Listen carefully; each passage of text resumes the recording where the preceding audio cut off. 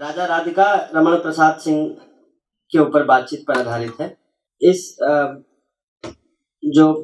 रोज जो हमारा कार्यक्रम हो रहा है उसमें एक सत्र हमारा शहर हमारे गौरव के नाम से होता है। ये वाला सत्र राजा राधिका रमण प्रसाद सिंह वाला, ये भी हमारा शहर हमारे गौरव के अंतर्गत आता है। और राजा राधिका रमण प्रसाद सिंह पर बातचीत के लिए मैं कमलानंद झा, तरुण कुमार और प्रभात रंजन जी से आग्रह करूंगा कि वो आएं और मंच पर अपना आसन ग्रहण करें। सबसे पहले मैं प्रभात रंजन जी से आग्रह करूंगा कि वो आएं और अपनी बातचीत रखें।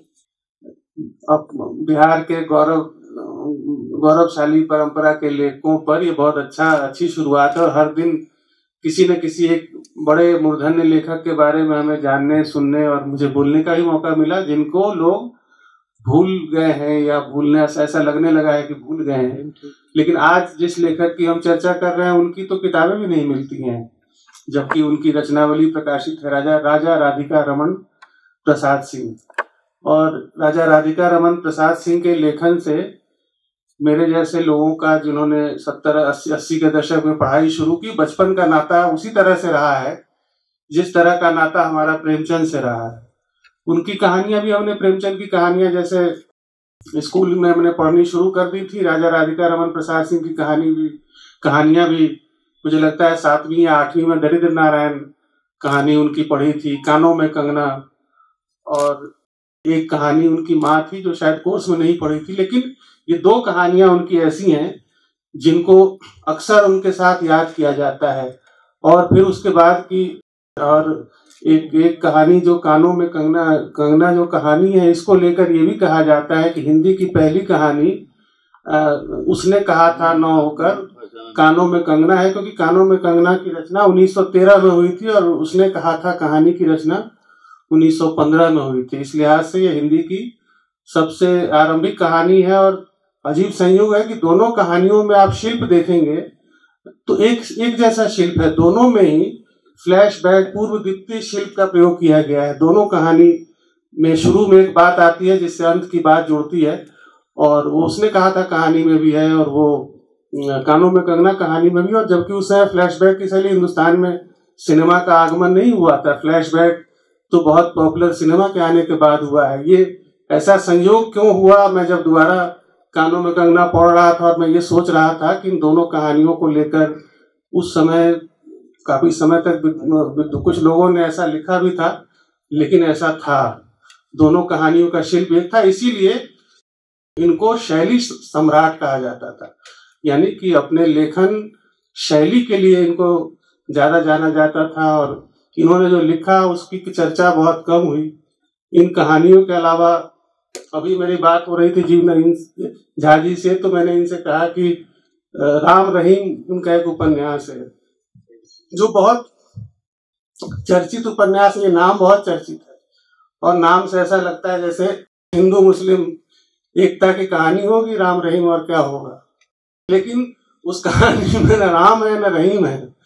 और कल बातचीत होकर इन पे जब खट्टर काका के लिए हरिमोहन झा पर बातचीत हो रही थी और जब उसमें ये कहा जा रहा था कि हरिमोहन झा ने स्त्री विमर्श की शुरुआती दौर के लेखक हैं, तो मुझे बड़ा आश्चर्य हुआ कि 1936 में जिस साल प्रेमचंद का उपन्यास गोदान प्रकाशित हुआ, उसी साल राजा राधिका रमण प्रसाद सिंह का उपन्यास राम रहीम प्रकाशित हुआ।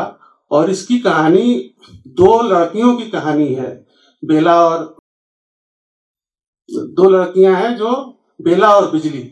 दोनों लड़कियां एक गरीब परिवार से संबंधित रखती हैं और एक सम्भ्रांत परिवार से संबंधित रखती हैं, और दोनों की नियति एक जैसी इस समाज में होती है। वो अपनी गरीबी के कारण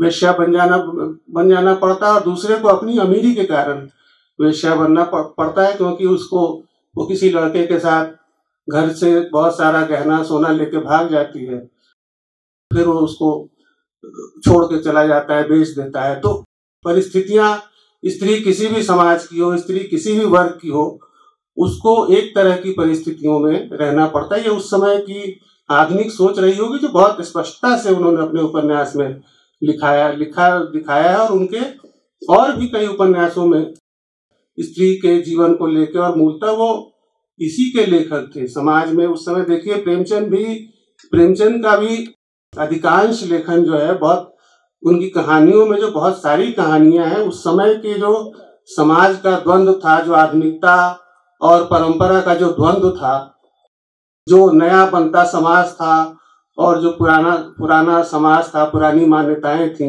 जो कुरीतियां थी, खास करके विधवा विवाह जो बहुत बड़ी समस्या थी। प्रेमचंद ने अपना एक उपन्यास ही लिखा है उस पर, देवदास का उपन्यास, देवदास जो शरद बाबू का उपन्यास है वो भी विधवा जीवन पे है।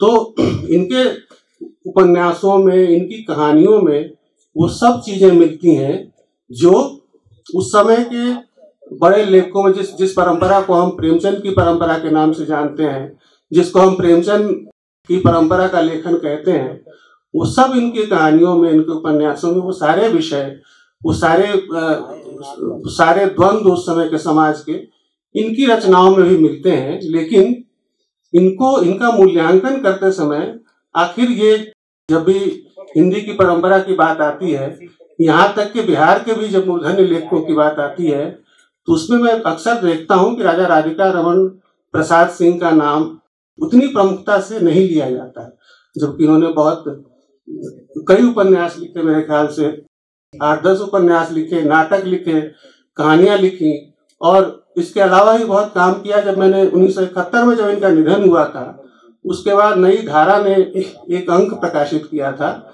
जो अंक मैंने पढ़ा, वो इंटरनेट पे उपलब्ध है archive.org पे। तो वहां से जब मैंने उसको डाउनलोड करके पढ़ा, तो मैंने पढ़ा कि उनके जीवन पर, उनका जो राधिका रमन प्रसाद सिंह वाला जो रूप था वो बहुत पीछे चला गया था। उनका जो राजा, उससे पहले जो उनके नाम में राजा लगा हुआ था, वो सूर्यपुरा स्टेट के राजा थे, वो राजा प्रबल हो गया उनका।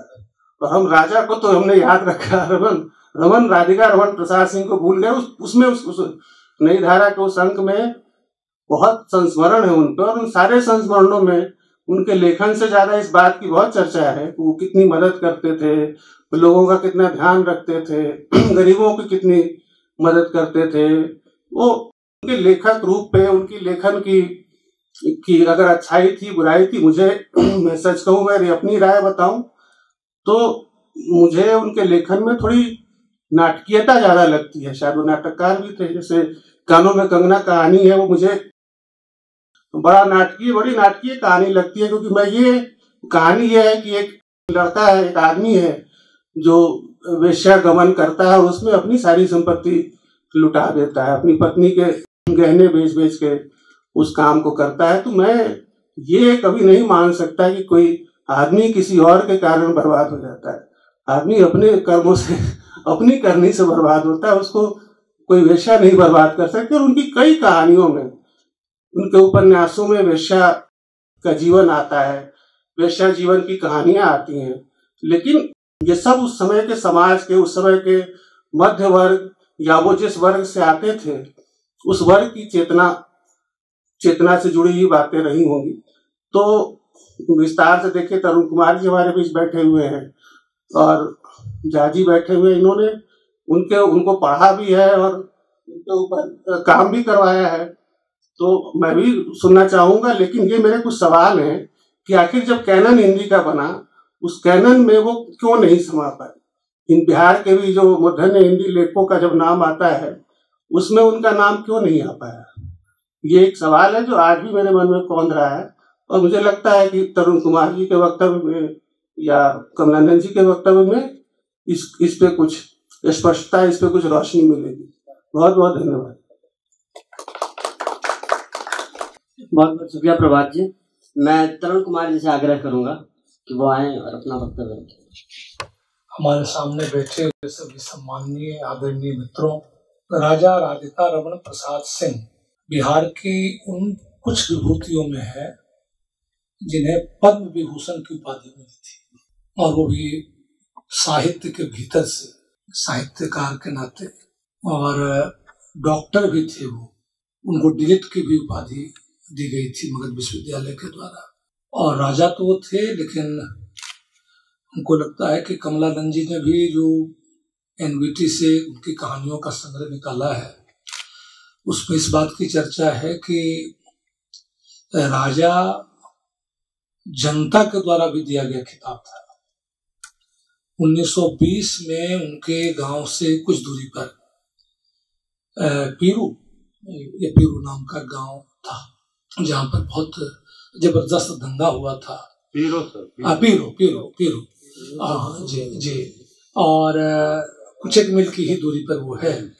और उस दंगे में उन्होंने मुसलमानों को बचाया भी, और पूरी तरह से एक सकारात्मक नेतृत्व की जो भूमिका हो सकती है। तो जनता के दिलों पर राज करने वाले राजा थे, और राजा उपाधि वहां से भी मिली थी। सूरजपुर के तो राजा थे ही, लेकिन ये राजा उपाधि उनको जनता के द्वारा भी दी गई थी। तो हम कह सकते हैं, यदि पूरे उनके सम्मान के साथ उनको याद करें, तो पद्म विभूषण डॉक्टर राजा राधिका रमन प्रसाद सिंह, ये पूरा उनको याद करना होगा कायदे से। और मित्रों, हिंदी गद्य के विभिन्न रूपों, उसकी विभिन्न छवियों के विकास में बिहार के जिन कुछ लोगों का नाम बड़े गर्व और गौरव के साथ लिया जा सकता है, उनमें शिवपूजन सहाय जी, राजा राधिका रमन प्रसाद सिंह जी, राम वृक्ष बेनीपुरी और फणीश्वर नाथ रेणु का नाम बड़े आदर के साथ लिया जा सकता है और लिया जाना चाहिए। और शुक्ल जी ने अपने इतिहास में जिनको भी याद किया है, वो इसलिए याद किया कि शुक्ल जी को लगा कि ये इतिहास में दर्ज होने लायक है।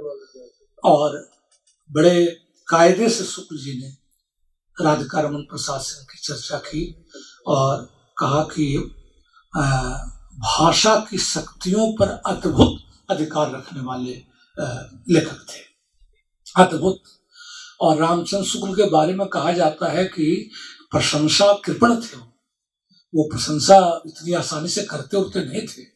और अद्भुत शब्द का इस्तेमाल रामचंद्र शुक्ल कर रहे होंगे तो शब्द फिसल गया होगा, उनके लेखने से ऐसा नहीं है, सोच समझ करके ही कह रहे होंगे।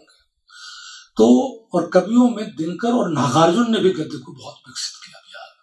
नागार्जुन का भी गद्य एक ऐसा गद्य है जो अपने ढंग से हमको आकृष्ट करता है। दिनकर कवि के रूप में जाने जाते हैं, लेकिन गद्य ज्यादा मैंने देखा कि है 14 खंडों में जो दिनकर रचनावली है, उसमें 9 खंड तो गद्य के ही हैं। और उन 9 खंडों का संपादन मैंने किया तो देखा कि ऐसा गद्य है जिसके इतने रूप दिखाई पड़ते हैं। तो बिहार का बहुत बड़ा योगदान है और बिहार की बड़ी भारी भूमिका है हिंदी गद्य को अनेक दिशाओं में विकसित करने में। अकेले राजा साहब के यहाँ गद्य के इतने रूप दिखाई पड़ते हैं, इतने रूप दिखाई पड़ते हैं जिसका कोई हिसाब नहीं है। तत्सम प्रधान गद्य देखना हो, ललित लवंगी गद्य देखना हो, मुहावरेदार गद्य देखना हो, हिंदुस्तानी गद्य देखना हो, कैसा चाहिए। जैसे वैरायटी किसी दुकान में हो और आप जाइए और पूछे कि कैसी साड़ी चाहिए, तो कहे कि भाई 1000 के आसपास के दिखाइए और 100 साड़ी दिखा दे। राधिका बाबू वो है, राधिका रमन प्रसाद सिंह जो वो है कि गद्य की जैसी वानगी आपको चाहिए। और ये बहुत जोर दे के कह रहा हूँ, जिम्मेदारी के साथ कह रहा हूँ। वो उनके बाद भी जो गद्य विकसित हुआ, कादम्बरी का भी गद्य आपको देखना है, ललित गद्य हस्तचरित की कादम्बरी का, तो वो भी आपको मिलेगा। तो ये पद्म विभूषण की उपाधि जो दी गई होगी वो ऐसे ही नहीं दी गई होगी। एक बात जो गौर करके हमने देखा वो ये कि इनके पूरे अपने कृतित्व में 2 चीजों के द्वंद्व के भीतर इनका साहित्यिक व्यक्तित्व विकसित हुआ है। और संक्रमण बिंदु पर खड़ा हुआ कोई चिंतनशील व्यक्ति जिस तरह से विकसित होता है वैसे राजा जी विकसित होते हुए दिखाई पड़ते हैं। उनकी किताबों के मैं कुछ नाम बताता हूँ। ये आपको विपरीत अर्थ वाले युग्म के नाम ज्यादा आपको मिलेंगे। राम रहीम, चुंबन और चाटा। राम रहीम 1936, चुंबन और चाटा 1957। पुरुष और नारी, पूरब और पश्चिमी किताबों के नाम हैं। हवेली और झोपड़ी, देव और दानव, वे और हम, आज ये वे और हम बड़ा चला हुआ है। वे और हम, तब और अब, धर्म और मर्म, ये किताबों के नाम है। इससे आप अंदाज कर सकते हैं कि इस व्यक्ति की चिंता का दायरा कितना बड़ा हो सकता है। पुरुष नारी के संबंध एक सनातन समस्या है, तब भी थे, आज भी है, आगे भी होंगे। और इसी तरह से एक प्रगतिशील चेतना के संवाहक गद्यकार के रूप में दिखाई पड़ते हैं राधिका रमन प्रसाद सिंह। 3 चीजें हैं जो भारत के, आधुनिक भारत के विनाश में बहुत मददगार हुए हैं।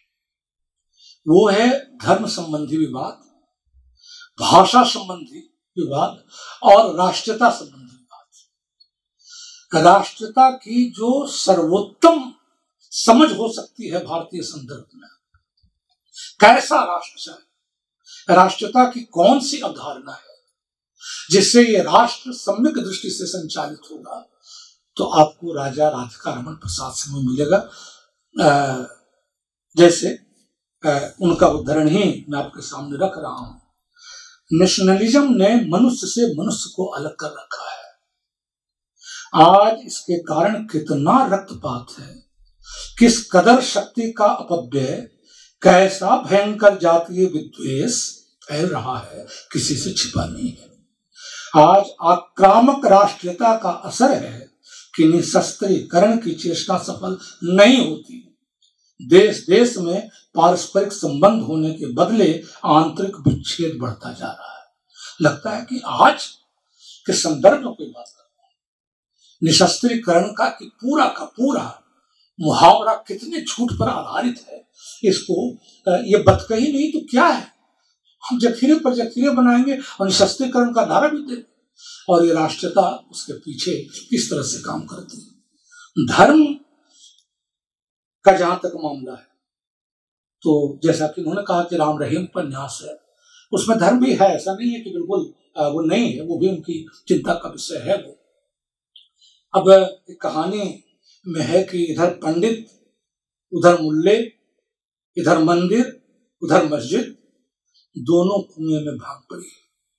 कबीर याद आते हैं, संतों इन दोनों राह न पाई।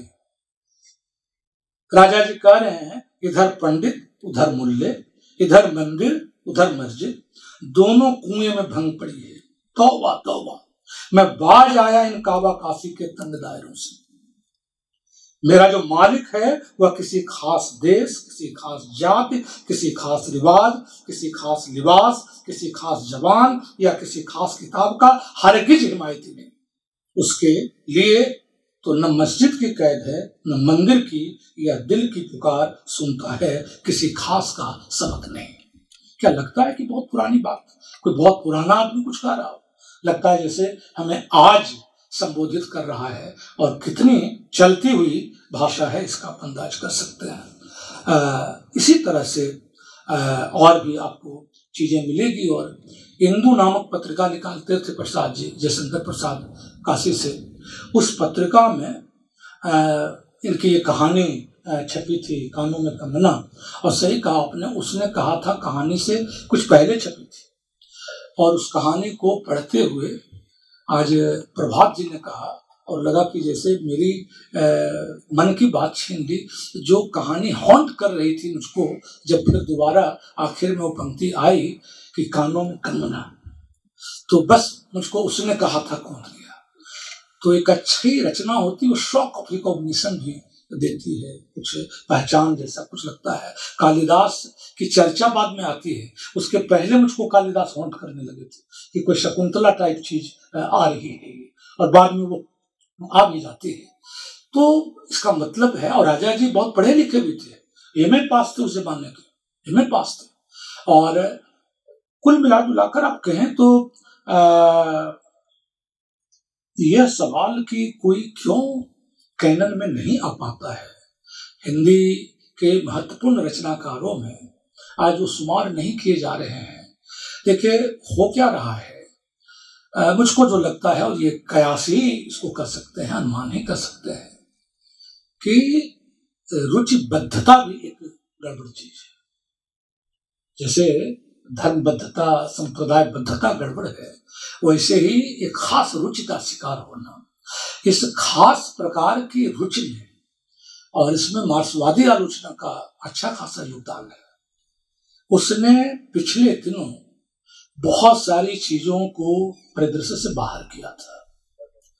अज्ञे तक की पूछ नहीं होती थी। राजा राधिका रमन सिंह की बात तो छोड़ दीजिए, मैं जिस जेलू में पढ़ता था उसमें अज्ञे का नाम लेना गुनाह था, माना जाता कि ये ठीक ठाक है, नहीं, दायरे से बाहर है जी, दायरे से बाहर है। अब आप बताइए, जब ऐसी स्थिति हो सकती है और अब तो पढ़ने वाले ही लोग नहीं हैं, इसलिए कौन क्या पढ़ता है इससे तो ज्यादा स्थिति भी हो गई कि कोई पढ़ता नहीं है और अपनी ही विस्मृति के शिकार हम हों, तो इसके लिए राजा जी को केवल दोष नहीं दिया जा सकता है। तो पूरे आलोचना का जो कैनन बना हिंदी में, तो शीत युद्ध के दरमियान बना और बहुत लंबे समय तक आपके गुरुजी भी तो उसके लिए आखिर उसी गुरु का चेला यहाँ बोल रहा है और गुरुजी को बाद में खुद अंदाज हुआ, गुरुजी को भी बाद में अंदाज हुआ। और जिन लोगों ने भी सोचना समझना बंद नहीं किया था और लंबी आयु पाए, उन सब लोगों ने थोड़ी राह बदली और समझ में वो बात आई और हम लोग उसी जमाने में पले। तो मैंने कहा कि ये अब तो केवल पुस्तक के पाठ्यक्रम में कुछ जो चीजें रहती हैं वहां तक हमारी पहुंच होती है, लेकिन मैंने देखा कि हिंदी गद्य यदि आज बहुत समृद्ध दिशा को पहुंचा हुआ दिखाई पड़ता है तो उसमें राजा जी का भी खून पसीना लगा हुआ है। राजा जी न हुए होते रेणु नहीं हुए थे, ये बहुत जोर देकर मैं कह रहा हूं। गद्य एक दिन में कोई बनता नहीं है और बुनियाद में कोई चीजें चली जाती हैं और उसको हम भूल जाते हैं, तो इससे उससे चीज की गड़बड़ी है, हमेशा वो नहीं होता है। लेकिन जब हमारा कारवां बढ़ता जाता है और उसमें वज्ञे भी आ गए, उसमें रेणु भी आ गए, तो जाहिर सी बात है कि सबके बीच अब उनका मूल्यांकन होगा। केवल ऐतिहासिक महत्ता की चीज नहीं रह जाती है, विरासत एक अलग चीज है, लेकिन साहित्य में हिस्टोरिकल सिग्निफिकेंस के साथ प्रेजेंट मीनिंग का भी बड़ा महत्व होता है। और जाहिर सी बात है कि जब आपके आगे हमारे दादा हो सकता है बहुत प्रतापी रहा, उस जमाने में बड़ा नाम रहा, लेकिन मैं उनका पोता उनसे भी बहुत ज्यादा प्रतापी यदि हो गया तो जाहिर सी बात है उसमें मेरे दादा का भी कुछ योगदान तो रहा ही होगा, ये नहीं भूलना चाहिए। लेकिन इसलिए अपने जो छठ मनाया गया तो पहला अर्घ तो डूबते हुए सूरज को दिया जाता है, तो और दूसरा अर्घ जो है सो उगते हुए सूरज को दिया जाता है। तो इसलिए कैनन और भी बदलते रहे हैं, बदलेंगे भी। और मेरा अंदाज है कि मेरे साथ एक लड़के ने और मैंने खुद ही उसको ये विषय दिया था कि तुम राजा साहब पर भाई काम करो, और इसी बहाने मैंने भी राजा साहब को थोड़ा उलट पुलट करके देखा और कुछ नए सिरे से जानने समझने की कोशिश की। आप सबने थोड़ा अवसर दिया मुझको इसी बहाने राजा जी पर बात करने के लिए, बहुत बहुत आभार। राजा जी का पोता भी बहुत प्रतापी है। जी जी हाँ, तो अभी चल ही रहा है। बहुत बहुत शुक्रिया तरुण जी। अब मैं कमलानंद झा जी से आगे करूंगा। आदरणीय प्रोफेसर तरुण जी, प्रभात जी, अमोद जी और सभागार में उपस्थित हिंदी प्रेमी मित्रों, साथियों, किसी भी रचनाकार का मूल्य और महत्व दो तरीके से हम देखते हैं। पहला तो ये देखते हैं कि वो अपने समय में कितना सार्थक था, किन मुद्दों, किन सरोकारों से उसकी भिड़ंत थी, किस तरह से उन सरोकारों से वो मुखामुखम कर रहा था, और दूसरा कि वो आज हमारे लिए कितना अर्थवान है। उस दृष्टि से अगर हम राजा साहब को देखते हैं तो उनके मूल्यांकन का पैराडाइम थोड़ा बदलेगा और वो हमारे लिए सार्थक भी और अर्थवान भी नजर आते हैं। प्रभात जी ने भी कानों में करना की चर्चा की, तरुण सर ने भी चर्चा की, और थोड़ी चर्चा मैं भी करना चाहूंगा। अब लगभग 1900 से लेकर के 1915 तक 20 कथाकारों के नाम आते हैं, आरंभिक कथाकारों में। अब उन सारे कथाकारों में दो कहानियां अपने समय में भी सबसे लोकप्रिय हुई और आज भी वो दो कहानियां उन 15 सालों में 20 कथाकारों के वही दो कहानियां आज भी पढ़ी जाती हैं। और वो दो कहानियां थी, पहली बार वो 1911 में छपी थी कानों में कंगना, और 1915 में उसने कहा था। तो उससे हम उसका महत्व समझ सकते हैं कि और सारी कहानियां गायब हो गई। ये दो कहानियां अपनी सार्थकता आज भी सिद्ध कर रही। दूसरी बात है कि वो जो 20 कथाकार थे उसमें से अधिकांश, कुछ लोग तो अनुवाद का काम करते थे, अनुवाद का, उनके कहानियां अनुवाद हैं। कुछ साहित्यकार रचना के मैदान से ही हट गए, रचना छोड़ दी उन लोगों ने करना। कुल मिलाकर के जोड़ तोड़ करके 4 लोग बचते हैं जो उसमें टिके। चंद्रधर शर्मा गुलेरी, वृंदावन लाल वर्मा, जयशंकर प्रसाद और राजा राधिका रमन प्रसाद सिंह। गुलेरी जी की कुल जमा 3 कहानी, उसके बाद वो भी चले गए गंभीर भाषा के शोध अध्ययन में। वृंदावन लाल वर्मा ने अपने को लगभग ऐतिहासिक कहानियों तक सीमित कर लिया। जयशंकर प्रसाद की कहानियां बहुत सारी हैं, अच्छी भी हैं, लेकिन उनका मुख्य स्वर कविता और नाटक हो गया। अब देखिए कि 20 कथाकारों में एकमात्र राजा राधिका रमन प्रसाद सिंह मूल रूप से कथाकार बने रहे अपने अंतिम समय तक। आरंभ से लेकर के 78 बता रहे थे ना प्रभात जी आप, तो 1911 से 71। अब जो है वो, मैं अपनी बात आगे करने से पहले कैनन की भी बात कर लूं। बैठे बैठे मुझे ध्यान आया कि क्यों नहीं उन पर काम हुआ। मैंने तो किया, मैंने तो जब कोई कहीं कहानियां नहीं मिल रही थी और मुझे बहुत पसंद थे, तो 2 लोगों को मैंने शोध कराया, एक को कहानी पर, एक को उपन्यास पर, और एनबीटी के लिए बहुत प्रयास करके, उस समय सीएम कॉलेज में था, कॉलेज लेक्चरर को पूछता कौन है, बहुत दौड़ धूप करके उनके कहानियों का संकलन संपादन किया। और उनके स्टेट में आकर के, लाइब्रेरी में आकर के, जिस लाइब्रेरी की चर्चा होती है, वहां से केवल वही किताबें थी, पत्र पत्रिका भी गायब हो, कहीं कहानी नहीं थी। और आपको आश्चर्य लगेगा कि उसके कई संस्करण अभी तक में प्रकाशित हो गए। संस्करण में रीप्रिंट, कई रीप्रिंट उसके हो गए। और एक अच्छी बात आपको बताऊं कि मणिपाल यूनिवर्सिटी ने, जो इंजीनियरिंग वगैरह का यूनिवर्सिटी है, उसने एक ऑक्सफोर्ड यूनिवर्सिटी प्रेस की तरह मणिपाल यूनिवर्सिटी प्रेस खोला, उसका एक विंग। और उसने कहा कि प्रत्येक साल में 5 श्रेष्ठ हिंदी कहानियों का अंग्रेजी में अनुवाद करूंगा। और मुझे बहुत खुशी हुई कि पहला ही साल जो 5 श्रेष्ठ रचना को उन्होंने चुना, वो एनबीटी के राजा राधिका रमन प्रसाद सिंह की कहानियों का, और उसका गांधी कैप के नाम से मणिपाल यूनिवर्सिटी प्रेस से अंग्रेजी में अनुदित है। कोई अमेरिका के हैं श्रीवास्तव जी, उन्होंने अनुवाद किया उसका।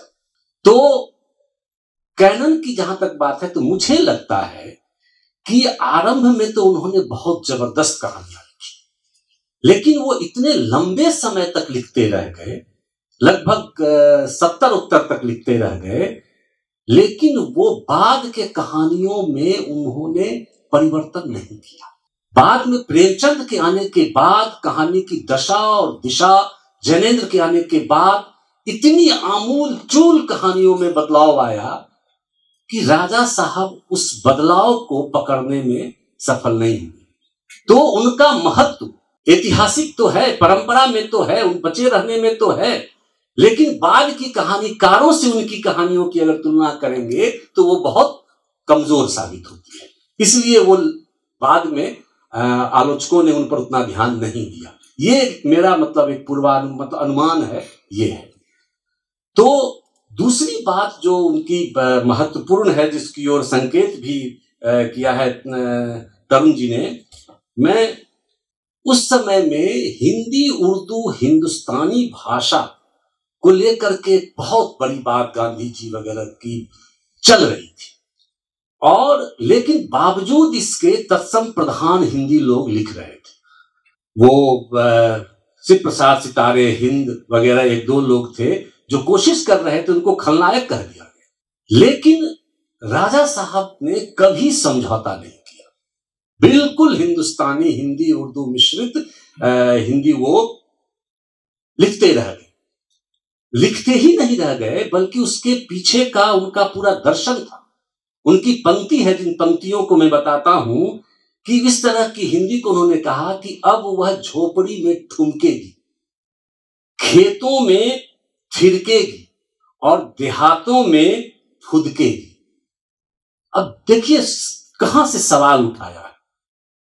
ये झोपड़ी, खेत, देहात, ये उस हिंदुस्तानी भाषा को वहां तक ले जाने की कोशिश कर रहे थे और वे हिंदी को उस समय माध्यम भाषा बनाना चाहते थे। जिस समय हिंदी के बड़े बड़े पैरोकार अंग्रेजी को माध्यम भाषा बनाने चाहते थे, मदन मोहन वाल्मीकि जी ने बीएचयू की स्थापना की, माध्यम भाषा अंग्रेजी रखा। उर्दू के पैरोकार सैयद साहब ने अलीगढ़ मुस्लिम विश्वविद्यालय, माध्यम भाषा उर्दू के इतने बड़े समर्थक, लड़ने के लिए तैयार, लेकिन माध्यम भाषा उर्दू रखा, ये इंग्लिश रखा एएमयू का। और उस समय में राजा साहब कह रहे थे कि वो मैं पंक्ति आपको बताऊं कि भारतवर्ष ही एक अभागा देश है जहां उनके बालकों को विदेशी भाषा में शिक्षा देकर उनकी प्रतिभा का ह्रास किया जाता है। और आज के शिक्षाविद, दुनिया भर के शिक्षाविद इस बात को कह रहे हैं पिछले 2-3 दशकों से कि जानकारी असल में अपने भाषा से ही होती है, माध्यम भाषा जो अपनी हो उसी से हो सकती है। और उस समय में वो कह रहे थे कि ये बच्चों को नष्ट कर रही है वो अंग्रेजी। जिस समय बड़े बड़े नवजागरण वाले लोग भी अंग्रेजी के पक्ष में थे। वो जो वुड का डिस्पैच है जिसमें भारतेंदु जी के सवाल पूछे गए, भारतेंदु जी भी जो हिंदी के समर्थक थे वो बोलते थे नहीं, अभी हिंदी में शिक्षा देना उचित नहीं है। तो राजा साहब उस समय भी ये कह रहे थे। जिस विषय पर अरुण जी ने कहा, उनके अगर किसी को मापना हो उनकी बौद्धिकता को, तो उनके चिंतन पक्ष को देखना चाहिए। और उसमें जो उस समय उनकी जो राष्ट्रीयता, राष्ट्रवाद, अंध राष्ट्रवाद, अति राष्ट्रवाद, इस पर जो उनके विचार थे, वो लगता है जैसे आज अगर हम आप बोल दें तो यहां नहीं रहेंगे, जेल में रहेंगे। मैं कुछ पंक्तियां उन्होंने सुनाई, कुछ पंक्तियां मैं उनकी सुनाता हूं। राष्ट्रीयता अवश्य एक उच्च आदर्श है, लेकिन मानव कल्याण के लिए यह आदर्श एक सीमा तक हितकारी भले ही हो, मगर वो कदापि उच्चतम आदर्श नहीं है। इस जातीयता, ब्रैकेट में उन्होंने कर दिया नेशनलिज्म, के गौरव के घेरे में अंतरदेशीय विद्वेष की जो घटा उमड़ी है, वह आज विश्व के लाखों उपद्रवों की जननी है। यह आक्रामक राष्ट्रीयता विश्व के लाखों समस्याओं के उत्स है। यह जब तीव्र राष्ट्रीयता के समय में ये राष्ट्रीयता पर आलोचनात्मक विवेक के साथ सोच रहे थे, तो ये जो बातें हैं वो उनकी अद्भुत है। उसके बाद राजा तो थे ही, लोगों के राजा थे, मन के राजा थे और संपत्ति से भी राजा थे, लेकिन उनका राजत्व उनमें कहीं नहीं। मतलब समझिए कि प्रथम राष्ट्रपति राजेंद्र प्रसाद की आत्मकथा में आप उनके महत्व का अंकन देखेंगे। महात्मा गांधी ऐसे विरल कथाकार उस समय के हैं, कथाकार जो गांधी और ये राजेंद्र प्रसाद और गांधी जिनके संपर्क में लगातार थे। गांधी ने यरवदा जेल से उन्हें बिहार के आंदोलन को नेतृत्व प्रदान करने के लिए कहा था और बिहार ये दलित महासंघ का अध्यक्ष बनाया था। दलित नारायण घर में बैठ करके कहानी नहीं लिखी जा सकती। जब दिनकर जी कहते हैं कि सिंहासन खाली करो कि जनता आती है, ये बात कहानी उस दलित नारायण कहानी के अंत में भूखी पीढ़ी विशाल जनता आ रही है और राजा को अपना मुकुट जो है वो भार स्वरूप लगने लगा है। यह जो नर में नारायण को देखना, यही दलित नारायण है। यह दृष्टि राजा साहब की थी। हम देखते हैं कि जितने बड़े कथाकार हुए 1947 देश विभाजन वगैरह के बाद सारे लोगों ने सांप्रदायिकता की कहानियां लिखी। राजा साहब 1937, 38, 39, 40, 41, 42 में वो सांप्रदायिक वैमनस्य और सौहार्द की कहानियां लिख रहे थे। एक कहानी तो मतलब प्रत्येक क्लास में बच्चों को होना चाहिए। जबान का मसला उनकी एक कहानी है। उस कहानी में यह होता है कि जिस प्रकार से उस समय भाषा को लेकर के धर्म से जोड़ने का था, आज बहुत बड़ी बड़ी किताबें हैं भाषा और धर्म पर, आलोक राय की वगैरह वगैरह की। उस समय में वो आदमी कह रहा था कि भाषा का धर्म से कोई सरोकार नहीं है। उसका एक नायक है मुरारी बाबू, जो मंदिर में जाकर के अरबी में भगवान की प्रार्थना करता है, अरबी और फारसी, और मस्जिद में जाकर के संस्कृत में खुदा की बंदगी करता है और पिटा जाता है, मार खाता है। तो उनका कहना था कि जो ईश्वर है, देखिए कितनी व्यंग्यात्मक उनकी भाषा है कि जब अरबी में अर्जी पेश होगी तभी खुदा मियां की मर्जी होगी, और जब देश भाषा में विजय पत्तर पेश होगी तभी क्षीर सागर में खलबली होगी। क्या इस लोक की दलबंदियां परलोक तक चली गई हैं? तौबा। यहां का जो दंगा फसाद है, आप जिसको धर्म से जोड़ रहे हैं, क्या वहां तक चली गई हैं? और अंत में एक बात कह करके, कोई भी कथाकार हो, उपन्यासकार हो, जब तक उसकी राजनीतिक दृष्टि संपन्न नहीं होगी, उसको कथाकार मानने में संदेह है। चूंकि भारत ऐसे लोकतंत्र में बगैर राजनीति में आप घुसे हुए, आप कहानी या व्यक्त नहीं कर सकते। अब देखिए कि उनकी समय नहीं है, बहुत ज्यादा कहानियों के बारे में हम नहीं बात कर सकते हैं। एक कहानी गांधी टोपी अगर संपूर्ण भारतीय भाषाओं की 10 श्रेष्ठ राजनीतिक कहानियों का कोई संपादन करे, उसकी सूची बने, तो गांधी टोपी उसमें होगी। और गांधी के रहते, गांधी की मृत्यु से 10 साल पहले वो कहानी लिखी गई, और पूरी कहानी में गांधीवाद की कैसे दुर्गति होगी या हो रही है, उसका उन्होंने जिक्र किया है। और ये दुर्गति दूसरे नहीं करेंगे, उन्होंने कहा कि सबसे पहले गांधीवादी ही करेंगे इसकी दुर्गति। तो इतना मतलब देख लेना, बाद में हमने देखा कि गांधीवाद की क्या ये दुर्दशा हुई। उन्होंने लिखा कि देश की बोली हो और गांधी की झोली हो, फिर छूट कर होली खेलो। और फिर कहा कि ये खादी के कुर्ते में भी जेब होती है, जिसमें चांदी के सिक्के से गर्माहट पैदा होती है। तो बहुत ही फॉर्म के लेवल पे, भाषा के स्तर पे तरुण सर ने बता दिया है, उस पर मैं नहीं जाऊंगा। आप उनकी कहानियों में शेरों के प्रयोग देखेंगे, और स्वयं रचित शेर, यानी कि वो कविता वगैरह में नहीं थे, पूर्णतः कथाकार थे, विचारक थे, चिंतक थे। लेकिन वो जो 2-2 पंक्तियों के जो उन्होंने लिखे हैं, वो इतने सटीक, इतने महत्वपूर्ण हैं। लेकिन वही जो कैनन की बात जो मैं कह रहा था, जो अपने को पुनर्नवा नहीं कर पाता है और समय के साथ अपनी कहानियां लिखते रह गए लगातार, लेकिन जो कहानी हिंदी में लगातार बदल रही थी, उस बदलाव के साथ अपने को नहीं बदल पा रहे थे, और थोड़े भाववादी थे। उस जमाने के लिए तो थोड़ा ठीक भी था, लेकिन बाद में फिर वो भाववादी नहीं चलता, कदाचित उसके लिए उनका मूल्यांकन नहीं हो पाया। बावजूद जो उनकी चिंतन है, जो उनकी कहानियां हैं, उस पर निश्चित रूप से विचार होना चाहिए। बहुत बहुत शुक्रिया।